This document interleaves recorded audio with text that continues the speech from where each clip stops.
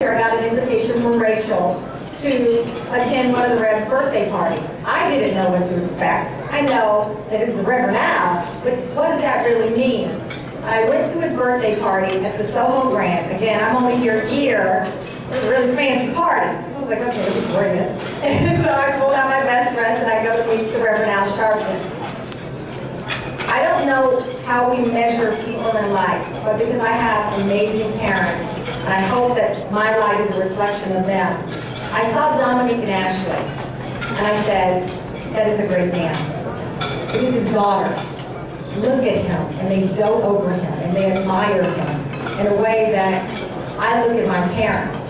So yes, there's the National Action Network, there's the Reverend Al who's on Politics Nation, but I saw the dad, the father. And when your daughter looks at you with the love that I looked at my dad with, I know you're with me. And the Rev took me under his wing and has helped me have confidence. He's helped me believe in myself. He's helped me in ways that if I tell you I would start to cry. Because we've sat in his office on days that I didn't think I was good enough. And on days I never thought I'd be on the Today Show. And he would say affectionately, Lena, because he calls me Lena Horn, it's going to be fine.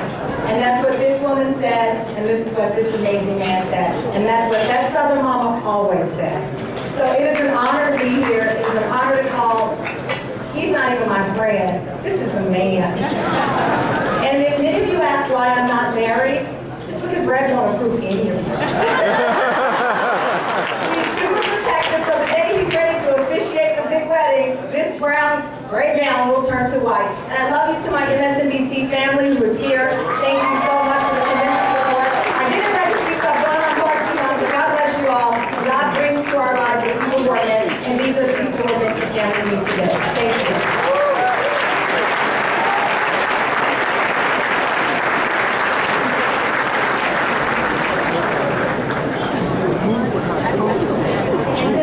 Up at 4 a.m. Congratulations to all of the honorees. Thank you. Thank you, Ms. Wendy, for watching ID, but you got to get on the MSNBC track. Give her a hand, Tamron Hall.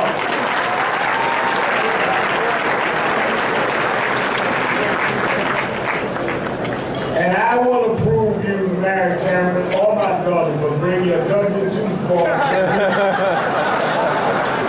I've done enough sacrifice and thereby. This year we decided an internal special award. We wanted to give an award to someone in the organization that has done more, longer and stronger than any one that we could think of in a given year period. We decided to name that award after the one who has sacrificed more and sacrificed all to build this organization. And this service award will be awarded in his name every year. He is the co-founder of the organization, our general counsel, my brother. He has made this organization what it is, an activist for real, and I want him to come forward to help us to present the first National Action Network Michael Hardy Service Award.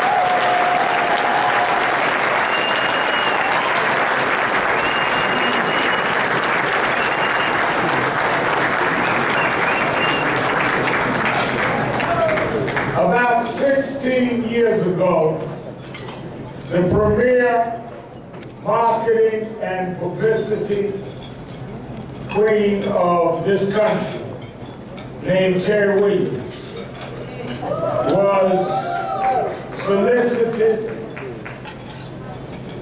I'm saying that was at dinner. She was conned by Ed Lewis of Essence Magazine to do PR for me, which was an impossible endeavor.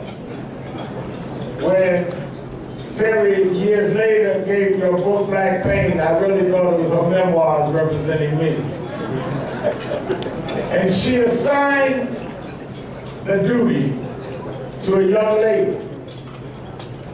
That young lady took on that task for 15 years and worked like her life depended on it. There was no crisis we faced that she ever blinked. There was no cause that was ever too misunderstood. There was no hour of the morning or night that she didn't answer the phone and act like she was already woke. There was no outrageous idea I had that she didn't sell to the media and breathe in it herself. And she did it all at the same time being a single mother and at the same time being a true activist. Earlier this year, the First Lady of the City of New York asked her to be her chief of staff. She called me and said she didn't know what to do. And I told her, you have earned to move on. Because whether you know it or not, life will move on. And what you have done in this organization, you can do for the city and for the nation.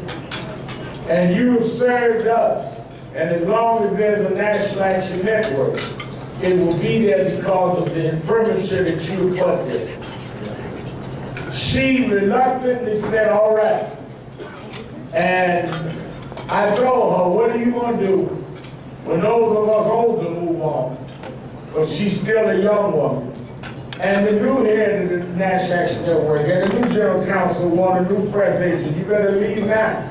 Because the chairman brings me to NBC, I might leave next year myself. But Phil would have to be the president because nobody else will take up with me. She is my sister. She's been the backbone of this organization. We are in the confrontation business, which means you're always going to have confrontational press.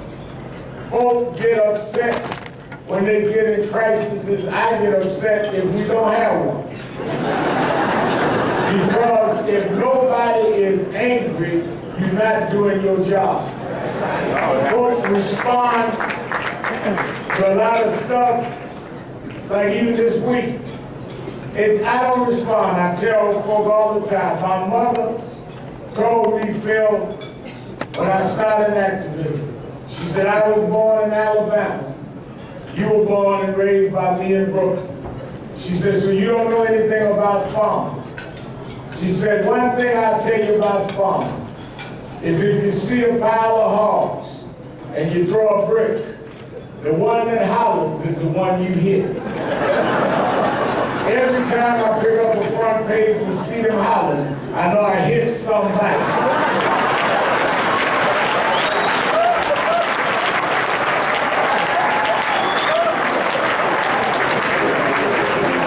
So just let them holler while I reload. I want to present the Michael A. Harding Service Award of National Action Network to the one that threw the brick and never missed. For 15 years, we've never had one to lead in this organization and serve that even comes close to Rachel Norman.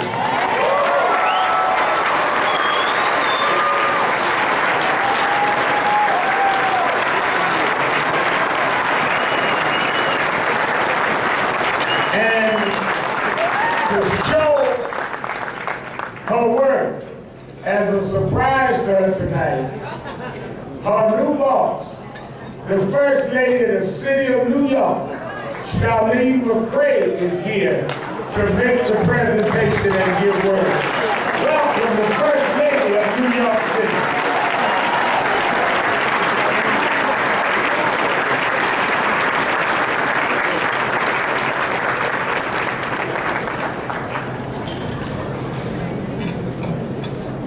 Good evening, everyone. Good evening. be here. I didn't know there were going to be so many, though. you got quite a crowd.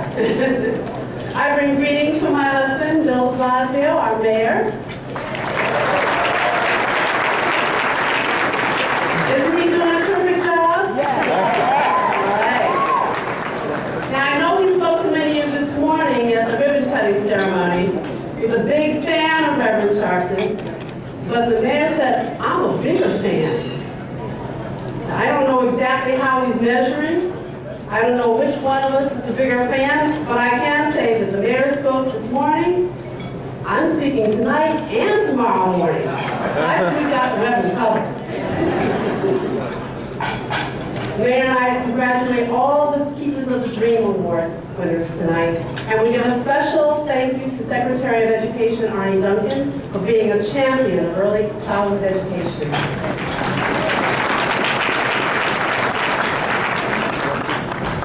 Bill and I are particularly grateful for his support in making New York City the largest city in America to provide every 4-year-old with access to full-day pre-kindergarten.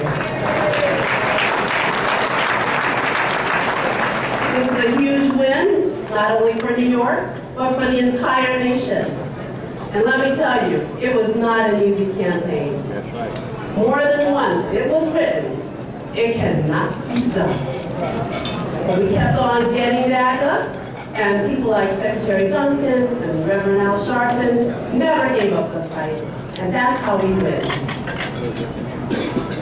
Now, when I became First Lady, I knew that to realize our vision for early education, for affordable housing, for jobs, and workforce development, I realized that we were going to need extraordinary people committed to fighting for social justice. And Rachel Nordlinger is that kind of extraordinary. Those of you who have worked with Rachel, and there are many of you, you know how lucky I am to have her as my chief of staff. For 15 years, Reverend Sharpton relied on Rachel's fierce commitment, her tenacious work ethic, and her commitment, and her communication savvy. She is extremely talented at promoting causes and people who are the messengers of those causes. I mean, she's really good. That's why she's receiving this award tonight. And I want you to know she has earned her success every step of the way.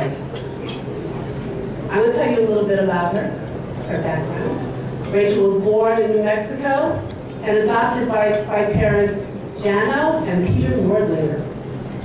Her father was an astrophysicist, and the family moved all over as he pursued his career. They lived in places like Hollywood, and Michigan, California, and Colorado.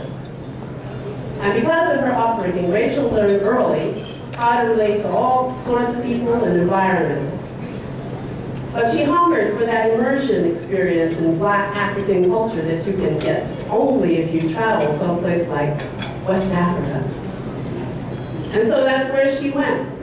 After graduating from Mills College in Oakland, Rachel moved to Gambia and taught for a year, where she deeply connected with her young students on issues that went well beyond academics.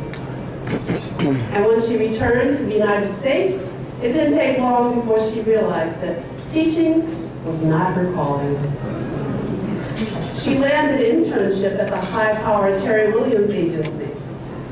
And over the next 8 years, the activist and communicator in Rachel just came out. And she worked her way all the way to a vice presidency. And she has had big clients. I can't give you all their names, but she's had big clients in entertainment, sports, business, media, and she's really made a name for herself as a trusted advisor. And then one of her clients, you may have heard of him, the Reverend Al Sharpton, eventually brought her over to NAN. Now, I first met Rachel during my husband's campaign for mayor. And it didn't take long for me to see how perceptive she is. It didn't take me long to see her intelligence, her energy, her gift for distilling her complex ideas into powerful messages.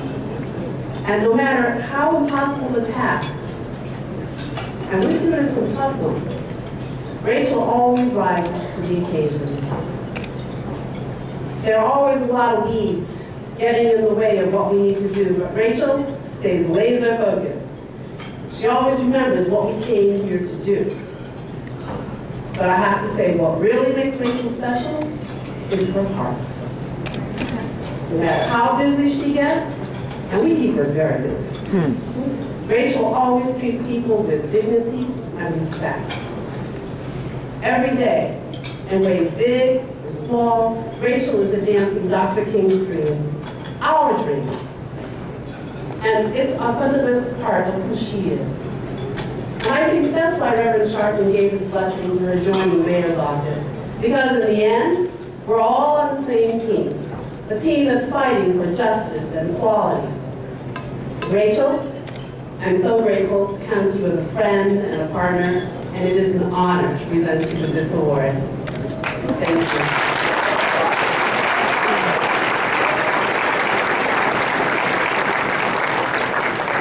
Let me just say very briefly, and we know that the fight for justice is not one that has friends every day, and it's a tough road.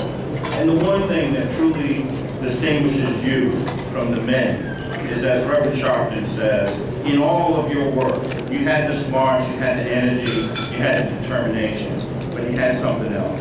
You had the things, the substance of things hoped for, and that's the faith in the movement for social justice that made National Action Network one of the leading foot soldiers in this fight. God bless you. Congratulations.